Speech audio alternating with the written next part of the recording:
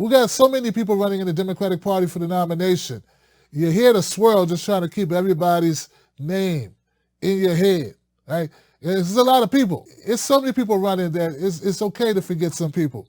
But I tell you, man, I forgot this lady was running. Seriously, I totally forgot that Kirsten Gillibrand was running for president. It's really easy to forget about Kirsten Gillibrand. Never mind, she's a shapeshifter. I was like, basically, I think Gillibrand is whatever she needs to be, similar to some of the other people in the race. Whatever she needs to be is who she'll be. Whatever ideology she needs to compose, she's like that old saying about be formless like water and take the form of whatever vessel you pour it into. Well, when she was a Republican, she was Republican. And she believed in more conservative type ideals. When she became a Democrat, she was a middle-of-the-road Democrat. But then when it became popular to become a progressive. And I'm going to run for president of the United States because as a person of faith and as a mother, I cannot sit idly by. I will fight for your children as hard as I would fight for my own. So over the weekend, actually, I don't even know when she did this Fox News town hall because she is so beneath my radar. Like, I'm one guy. I don't have time to be like tracking obscure candidates who I know are, make my BS detector go off. But here goes the clip of Kirsten Gillibrand. Asking you, Senator, is what is your position on late-term abortion or last trimester abortions? Well, thank you for serving our community and helping our babies, particularly our preemies who deeply need the medical care they have. My view on women's reproductive freedom is that it should be a woman's decision to make these most intimate life and death decisions for themselves. A woman should be able to decide when she's having children, how many children she's having, and under what circumstances she's having. And what we have created, unfortunately, is a false choice and a false narrative. And Chris, I want to talk about the role that Fox News plays in this because it's a problem. I can tell you, before President Trump gave his State of the Union, Fox News talked about infanticide. Infanticide doesn't exist. Senator, I just want to say we brought you here for an hour. We have given you, we're treating you very fairly. I understand that maybe to make your credentials with the Democrats who are not appearing on Fox News, you're going to attack us. I'm not sure it's frankly very polite when we've invited you to be here. I will do it in a polite way, but it's to her Well, point. I just think, why don't we, instead of talking about Fox News, why don't you answer Susan's question? The debate about whether or not women should have reproductive freedom has turned into a red herring debate. And what happens on Fox News is relevant because they talked about infanticide for 6.5 hours. 6.5 hours, right before President Trump's State of the Union. Mentioned it 35 times. That is not the debate of what access to reproductive care is in this country. It doesn't happen. It's illegal. It's not a fact. And I believe all of us have a responsibility to talk about the facts. The facts are that women in this country have had a constitutional right for over 30 years to make this fundamental life and death decision. And this president has emboldened legislatures in 30 states to begin to criminalize that decision. Criminalize the decision of whether or not and when you want to have your children. Criminalizing the doctors with a 99-year sentence if they are offering abortion services and providing the care that women need. Why should male legislatures across this country decide when you're having children, how many your children are having, and under what circumstances? I don't understand it. It's a human right. It's about having bodily autonomy. It's about being able to control your physical self. It's undermining every human right, civil right that we could have. So let women make these most personal decisions. For many people, it's a moral decision. For many people, it's a medical decision. So why can't they make it with their doctor, with their families, with their husband, based on their own faith, how they believe and what they feel? It is that woman's right.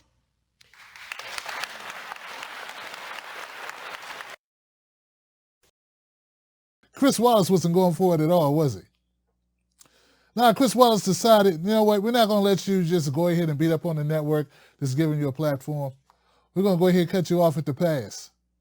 And, I guess I get his point. That's not what the lady asked her. The lady, the question that was asked her was about this thing, about late-term abortion. And I'm not even sure if she really answered that question, how she felt about it. I mean, I think you just got to be able to go into the lion's den and just state truthfully, honestly, how you feel, and don't care about the repercussions. But see, then again, I'm not a politician, so I don't have to hedge bets. I just say, hey, look, you know what? Women get to choose what they want to do. I personally don't think you should be getting abortions late term. Or if you think it's fine, then you should say it. But whatever your stance on it, just be a woman up, a man up, a person up, gender up, or whatever's the thing you need to say nowadays. So, Kirsten Gillibrand, hey, like I said, Chris Wallace kind of hit her with a gut punch. But overall, when I listen to what she said, besides the fact she sort of like lost her footing, I kind of agree. I mean, I do agree with her. I agree that she's right on policy. Like, I don't think the state should be deciding, to take away women's right to choose what they want to do. Okay? Hopefully, those decisions are made as a couple. They're made together, long contemplation about where we want our futures to be, or the health of the mother, with a doctor, physician, what the health of the mother is, all that good stuff. But, not even going too far down that road, I agree with her on the policy. What I don't think Gillibrand gets is delivery. People got to like the way you deliver a message. And throughout her whole Sermon on the Mount, she was just yelling at people. Now, I do my share of yelling, but I'd like to mix it up with a few jokes. I like to mix it up with a little folksiness, down home, just regular talk, or some, a little bit of just laid back around the way type talk, like what's keeping it real with who I am and who I truly aim to be and the people that I want to resonate with. I don't just come out and just yell about a speech, so I think that's part of the reason why Gillibrand's not really polling above 0. I mean, every poll I've looked at, 0. And they're not like shutting her out of conversation. I mean, they're shutting Tulsi Gabbard out of conversations. They're smearing Tulsi Gabbard when they get an opportunity. They smear the hell out of Bernie Sanders when they get an opportunity. No one really smears Gillibrand. She's her own smear. All you got to do is like let her be her, and she's so milquetoast. It's like, I mean, anytime Amy Klobuchar can steal your shine. I mean, if Amy Klobuchar upstages you, you got problems. Well, what really is the reason why Gillibrand's even in the Senate? How'd she pull it off? Right? I don't know. Where's she from, man? I don't know much about her, man. I'm going to just keep it real. I'm just totally disinterested in her, and I think voters are too. In fact, there at the town hall, I saw something I usually don't see. I saw people literally laughing at her. If you watch closely at that clip, I'm not going to rewind it now, but there are people literally laughing at her, snickering at her. There are women looking at her like she's crazy. So it's sort of like the reason why I believe Elizabeth Warren didn't want to do a town hall on Fox, right? She made it seem like, I don't want to do it because they're a horrible network and they're garbage and they false news, fake news, or false narratives and bigoted and the home of Nazis or whatever, right? She said that, but I think what it was, she was afraid she'd get a moment like Kirsten Gillibrand. But Kirsten Gillibrand, a person who's got no news, who I have not covered since she initially launched her campaign. And I do this stuff like basically pro bono. Like, I don't have an agenda. I just cover what's going on. I mean, I like Tulsi, I like Bernie. I've interviewed Andrew Yang, and I like a lot of stuff about his policies, about what he's trying to do. I like the backstory of him meeting with people, real people in the real world, not being a politician and kind of going, like, I think we need to make some changes. But I haven't talked about Gillibrand since she launched her campaign. So this is the first news cycle I think she's gotten in months. And people have been donating, giving her money. Now, I don't know if she's qualified for the debates, but man, if she can qualify for the debates, anybody can qualify. Like, I don't understand, like, there's nothing there, okay? There's nothing there. So I just don't know. Middle-aged, white lady privilege. I don't know what it is. Like, I don't know if it isn't blonde hair. I don't know. Like, how is she, like, even, like Elizabeth Warren, smart lady, right? Little flighty, says things like, you betcha, and guy, betcha golly, and, stuff. I don't even know what world she lives in, what time zone, what planet she's on sometimes, but no one will take away the fact that she is smart and she knows policy, or that she has policies and she has a way of presenting that is, deliberate, detailed, and then you look at Bernie. Well, Bernie stood for something, and pretty much the same policies for 30, 40 years. Andrew Yang, refreshing policy, the freedom dividend, something we haven't heard of before. Tulsi Gabbard, our strongest peace candidate, bar none. So that other candidates have things to hang their hat on. What does Gillibrand have to hang her hat on? I'm just saying, man, I'll wait as long as,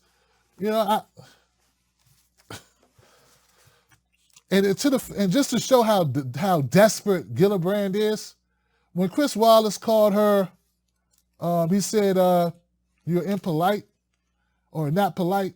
Democrats who are not appearing on Fox News, you're going to attack us. I'm not sure it's frankly very polite when we've invited you to be here. I will do it in a polite way, but it's to her Well, point.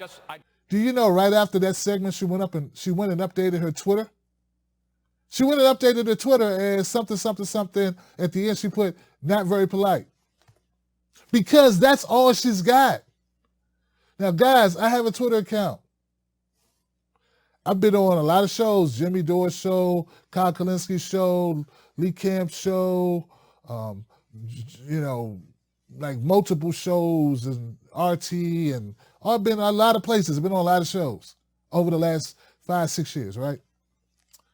But I've never felt like after I got off a show, I needed to update my Twitter handle to show that I was on that show, or like you know what I mean? Like that show is, I don't know. It just shows desperation, is all I'm saying. Gillibrand is desperate for a cycle, and she needs it so badly, but at the end of the day, it won't help her because she's running to expose more people to her brand. She's not running to be president. She can't be. She just can't be. All right, that's it. That's all I got on Gillibrand. We got a couple other stories, or several other stories. Let's see if we can get to those. How about we go back to the story that I thought we were, let's go to Tulsi Gabbard.